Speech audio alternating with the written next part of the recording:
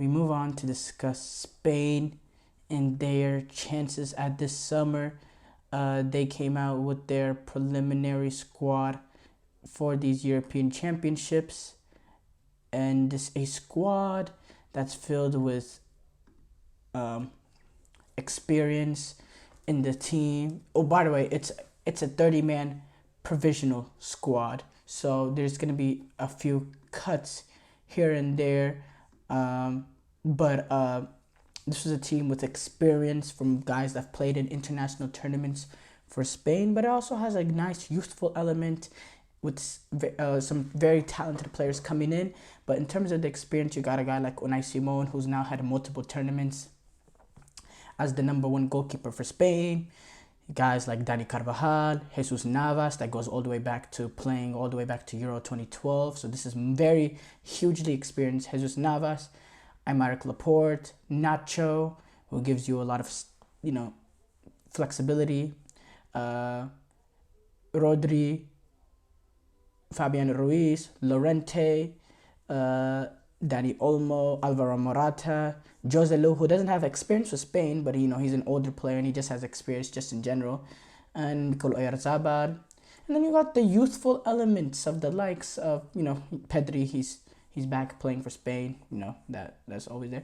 But guys like Lamine Yamal and Pau Cubarsi, who's had a very, very good season at not Cubarsi. I was talking about Lamine Yamal, who's had a very, very good season at Barcelona. But Pau Cubarsi, who's relatively unknown, but he's a center back. He's 17, and he's part of La Masia, plays Barcelona B team, and has started to play more for this Barcelona first team. And there's a little bit of an unknown element with him.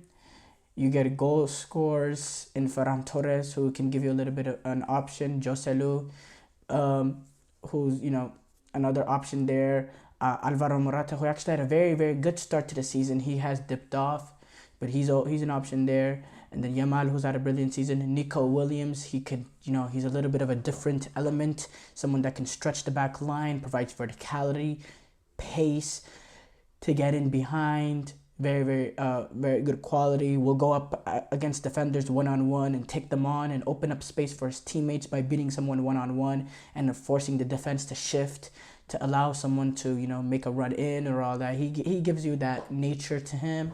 You got Rodri, who's been playing like the best player in the world, a composer, someone who will dictate the tempo, the pace. He will compose the midfield. He will be the Busquets of this midfield. Quality on the ball, comfortable on the ball, will be the first outlet, trying to play out the way that Spain do with their possession-oriented, playing out at the back. He'll be the main guy that's picking the ball up from the defense.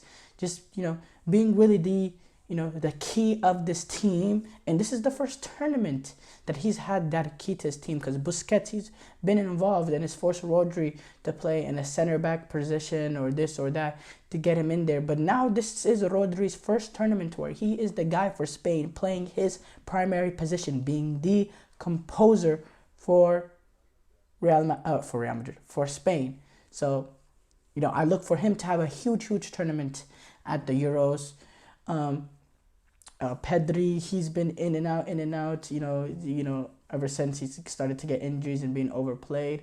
But he definitely is a guy that can make an impact this Euros, just with the quality that he has. Lamine Yamal, his ability, the way he's risen up, he really has a chance to be the star breakout of this tournament. Very, very good, technically gifted. He's not going to get bullied, has a little bit of weight on him too. He's just a unique talent, Lamine Yamal is, and he's one of many talents that come up from La Masia. And, I'll like to see the tournament he has. And then defensively, the strength, Dani Carvajal, he's still playing for a team, reached Champions League final. They're starting right back. The thing is, with the center-back partnership, that's the thing that I am going to be very interested to see. Now, Aymeric Laporte, he has been playing in the Saudi League He still gets into the Spanish team though. Despite that, he's probably I wouldn't know because I don't watch the Saudi league game in game out. But if he's getting in the squad, he's definitely maintaining the levels, and he's not one of those guys that are going there over the hill. He went at 29, 30 years old, so he's just he wants to continue his playing football at another league, but I think he'll be starting. But next to him is where I'm interested to see where they go. There's where they go. Danny Vivian. He played against Colombia in their 1-0 loss. He's had a pretty decent season this season. And then there's the Ruben Lenormand, the center back for Real Sociedad. A little bit more experience in there. Him being 27 years old. He played in the last friendly where they played against Brazil. So, it's a question mark. Who's really going to play there? And then the left back position, Alex Grimaldo. He's had a brilliant season at Leverkusen. Not just his ability to not just his ability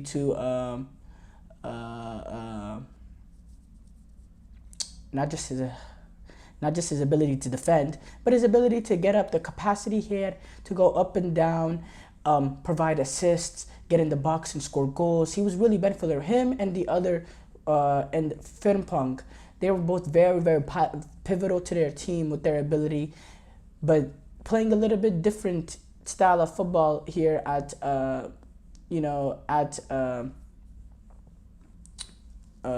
Spain, at Leverkusen. He had a little bit more of a wing back role. The way he had free nature, free ability to make the late runs into the box. Here they're gonna play a back four. There's no really playing the back three with two wing backs. So who they go with in that right back position or that left back position, I'll be very, very interested. Cucurella, he's an option. He's had a decent end to the season with Chelsea, but this is a guy that Luis de la Fuente really, really knows. He was the starting left back for the Spain Olympic team in 2021 in Tokyo, where they reached the final. That team was coached by Luis de la Fuente, so Cucurella is a guy that he really, really likes. So he's definitely on a good wavelength with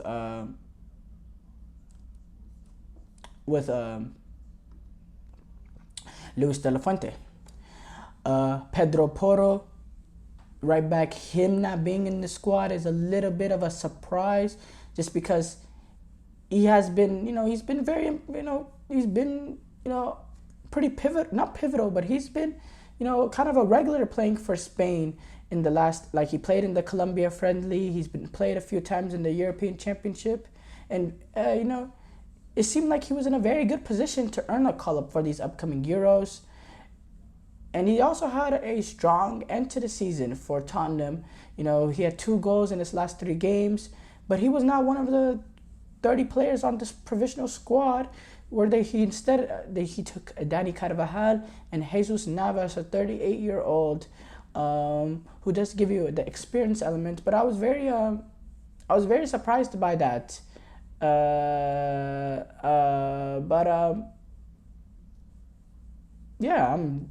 I'm actually very, very surprised by that. But there's also that's a decision that Luis de la Fuente essentially, he thought he was best for the team. Maybe he feels like there's the experience of Jesus Navas and his ability to go up and down will give you a little bit of a his attacking nature will give you a little bit more of a different element. Maybe he wants to have that flexibility of being able to go with a back 3, so he can play a guy like Jesus Navas and Grimaldo, because they're both very, very good, strong wing backs. Despite the fact that Jesus Navas is 38, he still had a very good season for Sevilla, playing that wing back role. Maybe he's or he has that ability to play the wing back role because he is a former winger. So I would maybe that's why he liked to go in that way. And then he has two more defensive fullbacks in Cucurella and Carvajal. And then if he wants to play a little bit more, have wing backs in, he can bring in a Grimaldo and Jesus Navas to play a little bit with a different element to their game. I don't know, but maybe he's trying to have flexibility, play different systems. But but I definitely think Spain do have a very good chance with the squad that they have to potentially win the Euros.